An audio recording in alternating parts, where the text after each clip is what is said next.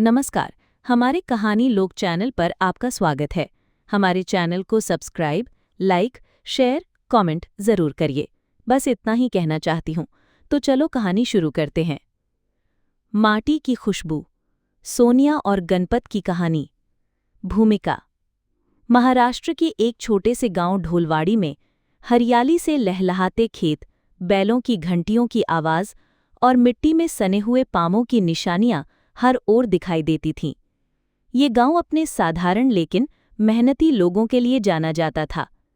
इसी गांव में जन्मे और पले बढ़े थे दो बच्चे, सोनिया और गणपत। दोनों की कहानी जहां दोस्ती से शुरू हुई, वहीं संघर्ष और परिवर्तन से होकर एक प्रेरणा बन गई। बचपन, मिट्टी में पनती दोस्ती। सोनिया और गणपत का बचपन साथ साथ बीता। उनके घर आमने सामने थे। सुबह की पहली किरण के साथ दोनों अपने अपने माता पिता के साथ खेतों में चले जाते। गणपत का परिवार 1 एकड़ की जमीन पर खेती करता था, जबकि सोनिया के घर में सिर्फ आधा एकड़ जमीन थी। लेकिन वो छोटी सी जमीन उनके बड़े बड़े सपनों की शुरुआत थी। गांव में स्कूल तो था, लेकिन पढ़ाई से ज्यादा बच्चे खेती के कामों में लग जाते थे। फिर भी सोनिया पढ़ाई में तेज थी। वो जब भी समय निकालती, किताबें पढ़ती और सपने देखती गांव में बदलाव लाने के। गणपत को किताबों से ज्यादा बैलों की नात और हल की पकड़ पसंद थी, पर जब सोनिया उससे कहती गांव को बदलना है, तो वो मुस्कुराकर कहता, तो फिर शुरुआत खेतों से ही करते हैं। जवानी, संघर्ष और स्वप्न। समय के साथ दोनों बड़े हो गए। सोनिया ने 10वीं तक पढ़ाई पूरी की, लेकिन आगे पढ़ाई करने की उसकी इच्छा घरवालों को मंजूर नहीं थी। उन्होंने कहा, लड़कियों को इतना पढ़ने की जरूरत क्या, खेती में हाथ बंटाओ, वही काफी है। गणपत ने 10वीं के बाद पढ़ाई छोड़ दी। पिता की तबीयत बिगड़ गई थी और अब घर की जिम्मेदारी उसी पर थी। वो दिन रात खेतों में मेहनत करता, बैलों की जोड़ी लेकर खेत जोतता। लेकिन एक बात में वो कभी पीछे नहीं हटा, सोनिया की मदद। वो उसके लिए किताबें लाता, पढ़ने के लिए समय निकालता। एक दिन सोनिया बोली, मुझे लगता है हम चाहें तो गांव को बदल सकते हैं। गणपत ने कहा, तू पढ़, मैं मेहनत करूंगा। बस एक वादा, इस माटी को कभी मत छोड़ना। खेती से जन्मा बदलाव। कुछ सालों में उन्होंने गांव के युवाओं को एकत्र किया और एक समूह बनाया, कृषि युवा संगठन। इस संगठन का मकसद था रासायनिक खेती छोड़कर प्राकृतिक और जैविक खेती करना। शुरुआत में गांव के बड़े बूढ़े हंसे, बोले, ये सब शहर की बातें हैं, यहां नहीं चलेगा। पर गणपत, सोनिया ने हार नहीं मानी।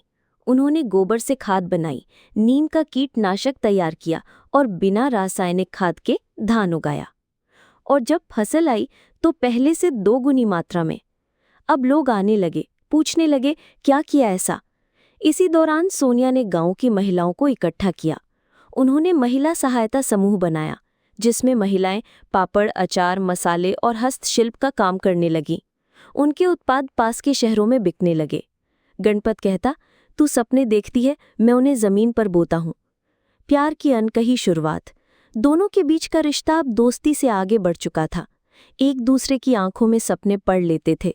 एक दिन खेत की मेड़ पर बैठे गणपत ने पूछा, सोनिया, क्या तू जीवन भर मेरे साथ ये खेत जोतेगी? खेत भी, गांव भी और सपने भी? सोनिया मुस्कुराकर बोली, हाँ, लेकिन एक शर्त है, हमें दोनों को पढ़ाई पूरी करनी है और गांव के बच्चों को भी पढ़ाना है।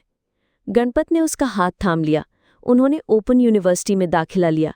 सोनिया ने सामाजिक विज्ञान में और गणपत ने कृषि विज्ञान में। साजिशें और संघर्ष। गांव के कुछ पुराने नेताओं को ये बदलाव रास नहीं आया। उन्हें लगने लगा कि सोनिया और गणपत की बढ़ती लोकप्रियता से उनकी राजनीति कमजोर हो रही है। एक रात महिला समूह के गोदाम में आग लग गई। लाखों का सामान जलकर खाक हो गया। पुलिस आई लेकिन कुछ न कर सकी। सोनिया टूट गई। गणपत भी उदास था, लेकिन तब गांव के लोगों ने साथ दिया। महिलाओं ने मिलकर फिर से सामान बनाना शुरू किया। युवाओं ने फिर से खेतों में नई तकनीक अपनाई। गांव में फिर से चहल पहल होने लगी। एक सभा बुलाई गई, जहां सोनिया ने भावुक होकर कहा, गांव सिर्फ खेत नहीं होते, गांव उसकी मेहनतकश जनता होती है। जब हम एक साथ खड़े होते हैं तो कोई आग हमारे हौसले नहीं जला सकती। एक नई शुरुआत। धीरे धीरे ढोलवाड़ी गांव बदलने लगा। खेतों में अब जैविक खेती होती थी। महिलाएं आत्मनिर्भर हो चुकी थी।